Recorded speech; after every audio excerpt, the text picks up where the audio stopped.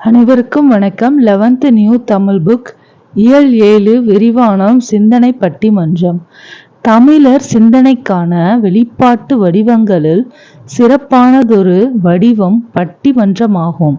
முரண்பாடான பல கருத்துக்களை விளக்கவும் நிலைநாட்டவும் பட்டிமன்றம் உதவுகின்றது. பண்பட்ட முறையில் கருத்துக்களை முன்வைத்து பேசுகையில் சிந்தனை ஆற்றலையும் பேச்சு திறனையும் மொழி ஆளுமையையும் வளர்த்தெடுக்கிறது. அரசு மேல்நிலைப்பள்ளி அரங்கம். முன்னிலை தமிழாசிரியர் தங்கமணி, நடுவர் மாணவர் இளங்கோ. இளைஞரின் முன்னேற்றத்திற்கு பெரிதும் உதவுவது வீடா நட்பா? வீடா மாணவர்கள் எழில் எலிசபெத், நாடா அமுதா அப்துல்லா. நடுவரின் முன்னுரை. பெருமதிப்பிற்குரிய தமிழாசிரியர் அவர்களே, என் இனிய நண்பர்களே, வணக்கம். இளமை என்றாலே அறிவு, துணிவு ஆகிய இரண்டின் கலவை எனலாம். அறிவூக்கத்திற்கும் படைப்பூக்கத்திற்கும் அடித்தளமிடப்படும் பருவம் இது. இந்த சிந்தனை பட்டிமன்றத்திற்கு இளைஞர்களை முதன்மைப்படுத்திய தலைப்பு ஏன் வழங்கப்பட்டது என்று பலரும் எண்ணலாம். இந்திய மக்கள் தொகையில் இன்று சரிபாதி இளைஞர்கள் அல்லவா? நம்முடைய பங்களிப்பின்றி வீடோ நாடோ எந்தவித வளர்ச்சியையும் அடைந்துவிட முடியாது. எனவேதான் தலைப்பு இளைஞர்களை மையப்புள்ளியாக வைத்து சுழல்கிறது. ஆண் மாணவர்கள் மட்டும் ஏன் கைதட்டுகிறார்கள்? எனக்கு புரிந்துவிட்டது. இன்றைய தமிழ் சமுதாயம் இளைஞர் என்ற சொல்லிற்கு இளவயது ஆண்கள் என்றே பொருள் கொண்டு பழகிவிட்டது. இளைஞர் என்ற சொல் இரு பாலரையும் குறிக்கின்ற பொது சொல் என்றே புரிந்து கொள்வோம். கவிஞர் தாராபாரதி எழுச்சியுடன் வீட்டுக்கு உயிர்வேலி, வீதிக்கு விளக்குத்தூண், நாட்டுக்கு கோட்டை மதில், நடமாடும் கொடிமரம் நீ என்று இளைஞர்களை பார்த்து பாடினார். அறிவியல் யுகத்தை தாங்கும் தூண்களாக திகழும் இளைய சமுதாயத்திற்கு வீடும் நாடும் துணை புரிகிறதா? இந்த கேள்விக்கு விடை தேட முனைகிறது. இந்த சிந்தனை பட்டிமன்றம் இளைஞர்களின் முன்னேற்றத்திற்கு பெரிதும் உதவுவது வீடே என்று நண்பர் எழிலை பேச அழைத்து என் தொடக்க உரையை முடிக்கின்றேன். வணக்கம். எழில். பட்டிமன்றங்கள் பலவும் இன்று நீர்த்து போய்விட்ட காலகட்டத்தில் சிறப்பான ஒரு தலைப்பை தந்து சிந்தனை களமாக மாற்றியிருக்கின்ற தமிழாசிரியர் தங்கமணி அம்மா அவர்களே, நல்ல தீர்ப்பை தரவிருக்கின்ற நடுவர் அவர்களே, நண்பர்களே, வணக்கம். இளைஞர்களின் முன்னேற்ற பாதையில் முதல் படிக்கல்லாகவும் அவர்கள் கொடுமுடியை தொடுவதற்கு அடித்தளமாகவும் விளங்குவது இல்லம்தானே. அன்பையும் அறிவையும் உணர்த்தும் உரைக்கல்லாக வீடல்லவா விளங்குகிறது. பிறக்கின்ற ஒவ்வொரு குழந்தைக்கும் தாயின் முகம்தானே முதல் பாட புத்தகம். குழந்தைகளுக்கு உலகத்தை தாய்தான் முதலில் அறிமுகப்படுத்துகிறார். தங்கமக பூம்பாதம் தண்ணிப்பட்டா கொப்பளிக்கும் என்று அன்பு காட்டி பிள்ளையை வளர்த்து வாழ்வின் ஒவ்வொரு நிலையையும் உணர வைக்கின்றார். சொல்லப்போனால் கற்றல் என்பதே வீட்டிலிருந்துதானே தொடங்குகிறது. தந்தையோ அதை தொடர்கிறார். அடித்தளம் பலமாக இருந்தால்தானே கட்டடம் வலிமையாக அமையும். எனவே அடித்தளம் வீட்டுச் சூழல். அதன் மீதுதான் நமது வெற்றி கட்டி எழுப்பப்படுகிறது. நடுவர் எடுத்தாண்ட கவிஞாயிறு தாராபாரதியின் கவிதையை நானும் துணைக்கு அழைக்கிறேன். எத்தனை உயரம் இமயமலை, அதில் இன்னொரு சிகரம் உனது தலை. எத்தனை ஞானியர் பிறந்த தரை, நீ இவர்களை விஞ்சிட என்ன தடை என்று முழங்கிய கவிஞரின் வழியில் நான் முன்னேற வீடுதான் என்னை தாங்குகிறது. ஆகவே நடுவர் அவர்களே, இளையோர் முன்னேற்றத்தின் முகமும் அகமுமாக அமைவது வீடே என்று தீர்ப்பு வழங்க வேண்டுகிறேன். நன்றி, வணக்கம். நடுவர். நான் எதிர்பார்க்கவே இல்லை. நல்ல தொடக்கத்தை நிகழ்த்தி விட்டார் எழில். மிகச் சிறப்பாக பேசி அமர்ந்திருக்கும் எழிலின் கருத்தை மறுத்து பேச வருகிறார் நண்பர் அப்துல்லா. வாருங்கள், உங்களுக்காக கரவொலி காத்திருக்கின்றது. அப்துல்லா. மழை பெய்கிற போது எல்லாரும் வெளியில் இருந்து வீட்டுக்குள் ஓடுவோம். ஆனால் எட்டயபுரத்து இளம்புயல் மகாகவி பாரதி வீட்டுக்குள் இருந்து வெளியே ஓடி வருவார். மழையில் நனைந்து கொண்டே எத்தனை கோடி இன்பம் வைத்தாய் எங்கள் இறைவா என்று பாடுவார். பாட்டுக்குள் புயல் வைத்த பாரதிக்கும் இந்த அவைக்கும் என் பணிவான வணக்கம். வீடு அஃதொரு சிறிய கூடு. அதற்குள் தான் எத்தனை முரண்பாடு. குடும்பத்திற்குள் இருந்த குதூகலமான உரையாடல் தற்போது தொலைந்து போய்விட்டது. ஆனால் கல்வியே வீட்டிலிருந்துதான் தொடங்குகிறது என்று எதிரணி சொல்கிறது. நடுவர் அவர்களே, வீடு என்னும் சிறிய வட்டத்தை தாண்டி நாட்டை நாடிய பின்தான் நல்வாழ்வு துளிர்க்க தொடங்குகிறது. பாரதியையே எடுத்துக்கொள்வோம். பாரதி வீதிக்கு வந்தார், உலகத்தை படிக்க தொடங்கினார். அதுவே பாரதிக்கு புதிய திசைகளை அறிமுகப்படுத்தியது. தமிழா, பயப்படாதே. வீதிதோறும் தமிழ் பள்ளிக்கூடங்கள் போட்டு ஐரோப்பிய சாஸ்திரங்களை எல்லாம் தமிழில் கற்றுக் கொடுக்க ஏற்பாடு செய் என்று நமக்கு கட்டளையிட்டார். தேடு கல்வி இல்லாததோர் ஊரை தீயினுக்கு இரையாக மடுத்தல் என்று கல்வி கூடங்களின் இன்றியமையாமையை சினத்துடன் எடுத்து காட்டினார். வீடு என்பது உறவுகளுக்குள்ளேயே நம்மை சுற்ற வைக்கிறது. ஆனால் நாட்டின் கல்வி சாலையோ புத்தகங்களின் ஊடே உலகத்தை திறந்து காட்டுகின்றது. வேறுபாடுகளை கடந்து புதிய நண்பர்களையும் உறவினர்களையும் அடையாளம் காட்டுகிறது. மேலும் இந்த யுகம் அறிவியல் தொழில்நுட்ப கல்வி யுகம்.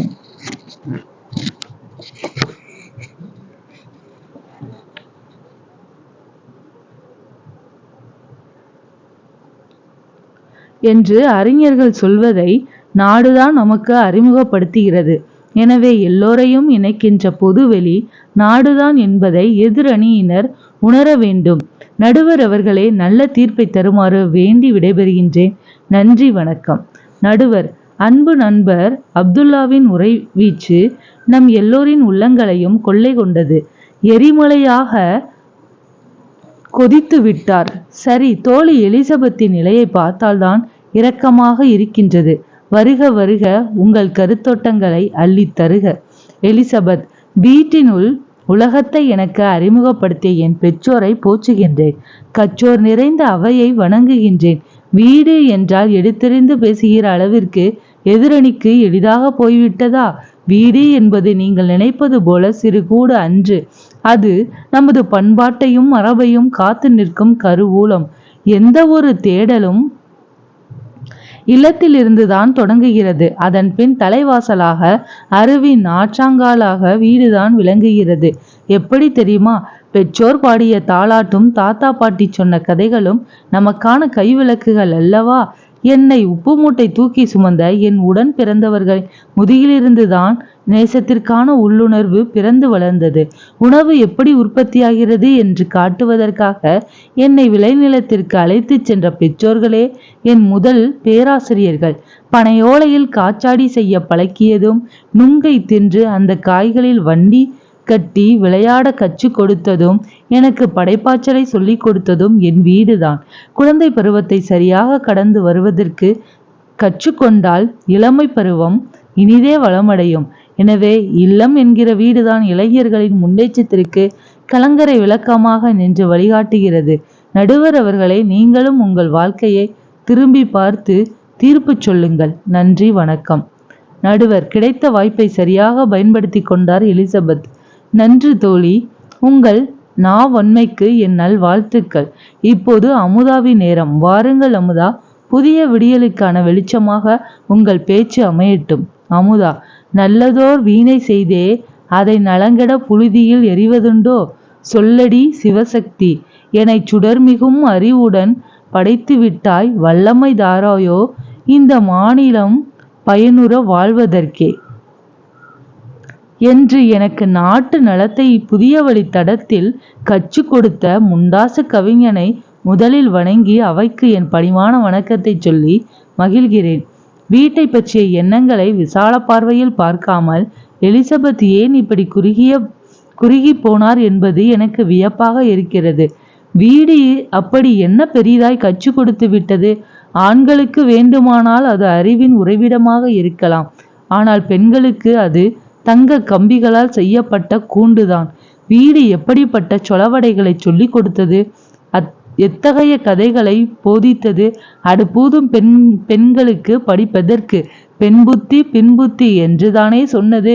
நான் பள்ளிக்கூடத்திற்கு வந்த பின்தான் பெண்மை வெல்க என்று கூத்திடுவோம் என்று பாரதி முழங்கியதும், பெண்ணடிமை தீரும் மட்டும் பேசும் திருநாட்டில் மண்ணடிமை தீர்ந்து வருதல் முயற்கொம்பே என்று புரட்சி கவிஞர் பாரதிதாசன் முழங்கியதையும் அறிய முடிந்தது. இன்று விஞ்ஞானிகளாக, கல்வியாளர்களாக, கவிஞர்களாக இளம் பெண்கள் கம்பீரமாக நடை போடுவதற்கு நாடல்லவா கற்றுக் கொடுத்தது. ஊராட்சி மன்றங்களையும் சட்ட மன்றங்களையும் பார்த்த பின்தானே பெண்களுக்கான உரிமைகளை பெண்களே உணரத் தொடங்கினார்கள். எனவே நடுவர் அவர்களே, நாடுதான் நம்பிக்கையோடு இளைஞர்களை வழிநடத்துகிறது, எதிர்காலத்தை வளமாக்க துணை புரிகின்றது. எனவே இளைஞர்களின் முன்னேற்றத்திற்கு பெரிதும் உதவுவது நாடே என்ற தீர்ப்பினை வழங்குமாறு கேட்டு நிறைவு செய்கின்றேன். நன்றி, வணக்கம். நடுவர்: அன்பு தோழி அமுதாவின் கருத்து மலையில் எல்லோருமே கரைந்து நெகிழ்ந்து போனோம். இரண்டு அணிகளும் மிகச் சிறப்பாக தங்கள் தரப்பு வாதங்களை முன்வைத்திருக்கின்றன. இளைஞர்களின் முன்னேற்றத்திற்கு பெரிதும் உதவுவது வீடா நாடா? இந்த தலைப்பு ஆழமான கேள்வியை முன்வைக்கிறது. நல்லதொரு குடும்பம் பல்கலைக்கழகம் என்றார் பாவேந்தர் பாரதிதாசன். வீட்டிற்கோர் புத்தக சாலை வேண்டும் என்று அறிஞர் அண்ணா கூறினார். எத்தனை பேர் அதை செய்தோம்? பிறகு எப்படி வீடு பல்கலைக்கழகமாக மாறும்? வீடு என்பது இளைஞர்களின் குழந்தை பருவத்தை எப்படி கட்டமைக்கிறது? பெற்றோரையும் உறவினரையும் எப்படி அறிமுகப்படுத்துகிறது? அமுதா சொன்னதைப் போல மரபார்ந்த பார்வையுடன் பெண்களுக்கான உரிமை உணர்வை வீடு மதிக்கிறதா? பாச உணர்ச்சியை வளர்த்தெடுக்கிறது. ஆனால் பறந்து விரிந்த பகுத்தறிவை வீடு தருகிறதா? ஆனால் வீட்டை தாண்டி நாட்டுக்குள் வந்தால்தான் சங்ககால புலவர் கணியன் பூங்குன்றனின் யாதும் ஊரே யாவரும் கேளீர் என்ற மேன்மையான பார்வையை பெறுகின்றோம். புரட்சி கவிஞர் பாரதிதாசனோ விசால பார்வையால் விலங்கு மக்களை மானுட சமுத்திரம் நான் என்று கூவு, புவியை நடத்து, பொதுவியல் நடத்து என்று உலகத்தையே வீடாக காட்டுகிறார். வீடு என்பது நாட்டின் ஓர் அழகு மட்டுமே. நம் அனைத்து அறிவு தேவைகளையும் அது தந்துவிடுமோ என்று நாம் சிந்திக்க வேண்டும். நாடு என்பது பன்முக ஆளுமை உடையது. நாடு எத்தனை வகையான கல்விக்கூடங்களை தருகிறது? கல்வியில் எத்தனை வகையான படிப்புகள் இருக்கின்றன? நமக்கான மேற்படிப்பை எப்படி தேர்வு செய்வது? எந்த வகையான வேலை வாய்ப்புக்கு செல்வது என்று இந்த தேடுதலுக்கான வாசல்களை இளைஞர்களுக்காக திறந்து வைத்திருக்கிறது. ஆண் பெண் சமத்துவ சிந்தனை, பேதங்களை கடந்த தோழமை, கல்வி சார்ந்த உயர்ந்த கருத்துக்கள் ஆகிய எல்லாவற்றையும் வழங்கி முழுமையான முன்னேற்றத்திற்கு பெரிதும் வழிகாட்டுவது நாடே நாடே என்று எனது தீர்ப்பினை கூறி, செந்தமிழ் நாடெனும் போதினிலே இன்ப தேன் வந்து பாயுது காதினிலே, எங்கள் தந்தையர் நாடென்ற பேச்சினிலே ஒரு சக்தி பிறக்குது மூச்சினிலே என்று பாடிய மகாகவி பாரதியின் அடிகளை சிந்தனையில் ஏந்தி பட்டிமன்றத்தை நிறைவு செய்கின்றேன். நன்றி, வணக்கம். பட்டிமன்றம் ஒரு சுவையான விவாத களம். அது தமிழில் பழங்காலம் தொட்டே அறிமுகமான அறிவோர்ந்த பேச்சுக்களை வடிவம். வாழ்வியல் சிந்தனைகளை மக்கள் முன்பு வலிமையாக வைக்கும் வாதுரை அரங்கம். பட்டிமண்டபத்து பாங்குமீன் பாங்கறிந்து ஏறுமீன் என்று மணிமேகலை காப்பியம் குறிப்பிடுகின்றது. புக் பேக்ல உள்ள இம்பார்ட்டன்ஸ் பார்க்கலாம்.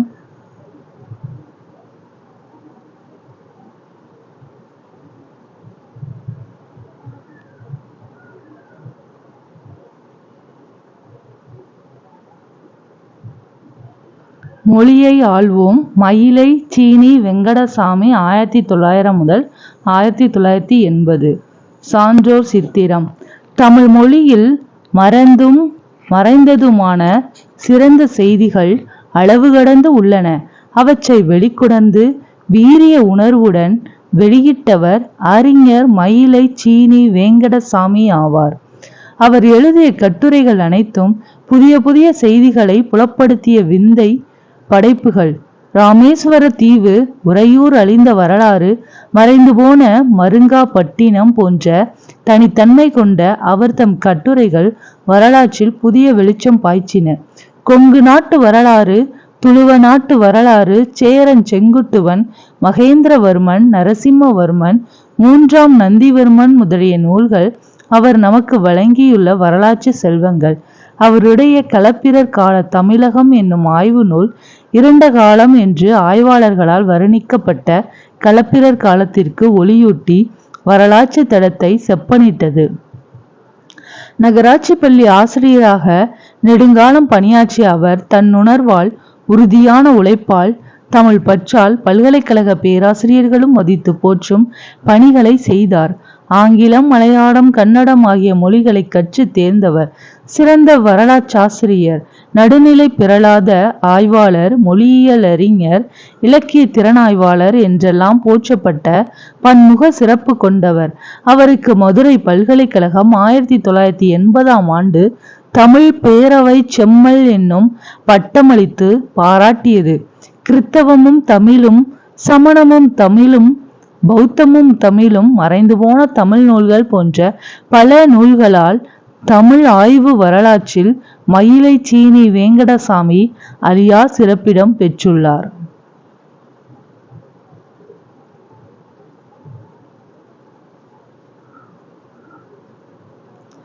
எதிர்நீச்சல். வாழ்க்கையில் எத்தனை தோல்விகள் வந்தாலும் அவற்றை கடந்து எதிர்நீச்சல் போட்டு வெற்றி பெற வேண்டும். சொந்த காலில் நிற்றல், தாளம் போடுதல், மதில் மேல் பூனை, நிறைகுடம், கை தூக்கி விடுதல், கண்ணாயிருத்தல், அவசர கொடுக்கை, முதலை கண்ணீர், காணல் நீர்.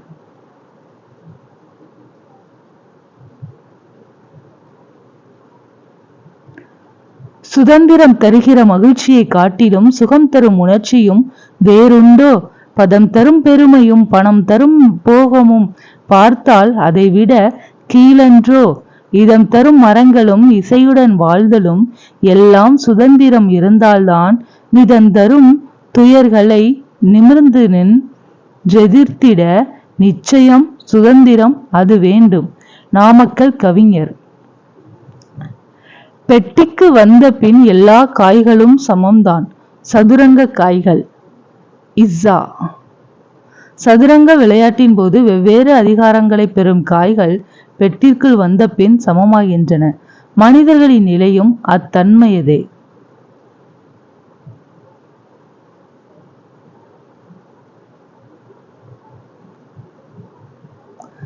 பத்தாவது தடவையாக விழுந்தவனுக்கு முத்தமிட்டு சொன்னது பூமி. 9 முறை எழுந்தவன் அல்லவா நீ? ஈரோடு தமிழன்பன். எப்போதும் மத்தாப்பு கொளுத்தி விளையாடுகிறது மலையருவி. கழனியூரன். ஹைக்கூ என்பதற்கு தமிழில் துளிப்பா என்ற பொருளுண்டு. கலை சொல்லறிவோம். உத்திகள், ஸ்ட்ராட்டஜிஸ், சமத்துவம், ஈக்வாலிட்டி, தொழிற்சங்கம், ட்ரேட் யூனியன், பட்டிமன்றம், டிபேட், பன்முக ஆளுமை, மல்டிபிள் பர்சனாலிட்டி, புனைப்பெயர், ஜிடோனம்.